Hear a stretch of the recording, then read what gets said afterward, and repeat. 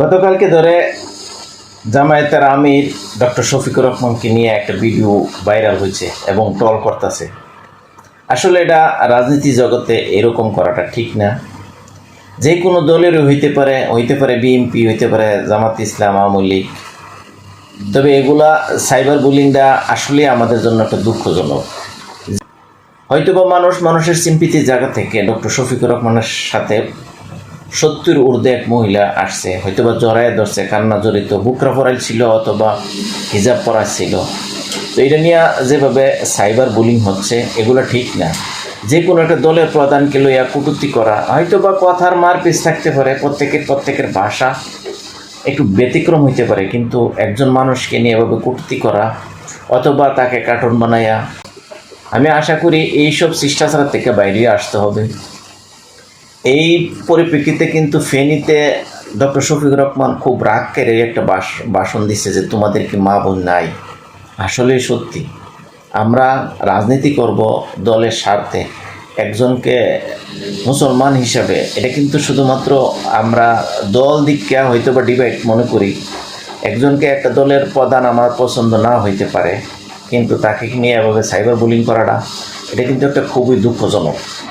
আমি আশা করি এইরকম কাজচক্র থেকে শুধুমাত্র বিএনপি না, জামাত, প্রত্যেকটা প্ল্যাটফর্মে যারা আছে, ইউটিউবার হতে, কন্টেন্ট ক্রিয়েটার হতে কিছু আছে কুলাঙ্গার, এগুলো করে, এগুলোর থেকে আমি মনে করি বেঁচে থাকতে হবে।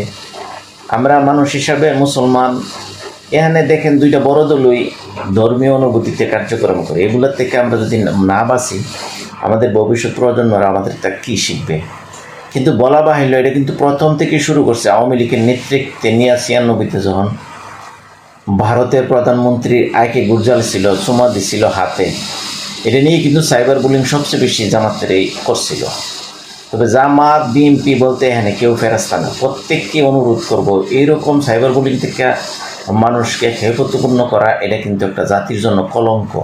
এবং ভবিষ্যৎ প্রজন্মরা এরকম সিনিয়রদেরকে নিয়ে, যে কোনো দলের প্রধানকে নিয়ে আসে এরকম কার্টুন বানা। দেখেন আওয়ামী লীগের সময় তারেক জিয়ার মেয়ে জাইমা রহমানকে নিয়েও কিন্তু অনেক কটূক্তি করছে, অনেক কিছু কার্টুন বানাইছে।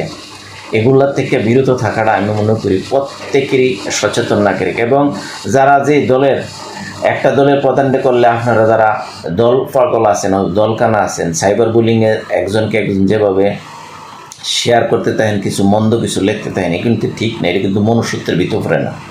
অনুরোধ করব এই জাতীয় সাইবার বুলিং থেকে সকলেই যার যার অবস্থান প্রত্যেকটা দলের সাবলীন বাসায় যেন থাকে।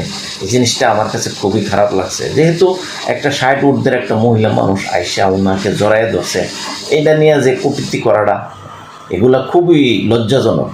ধন্যবাদ সবাই, যার যার অবস্থান থেকে কিন্তু এগুলোর থেকে বিরত থাকবেন।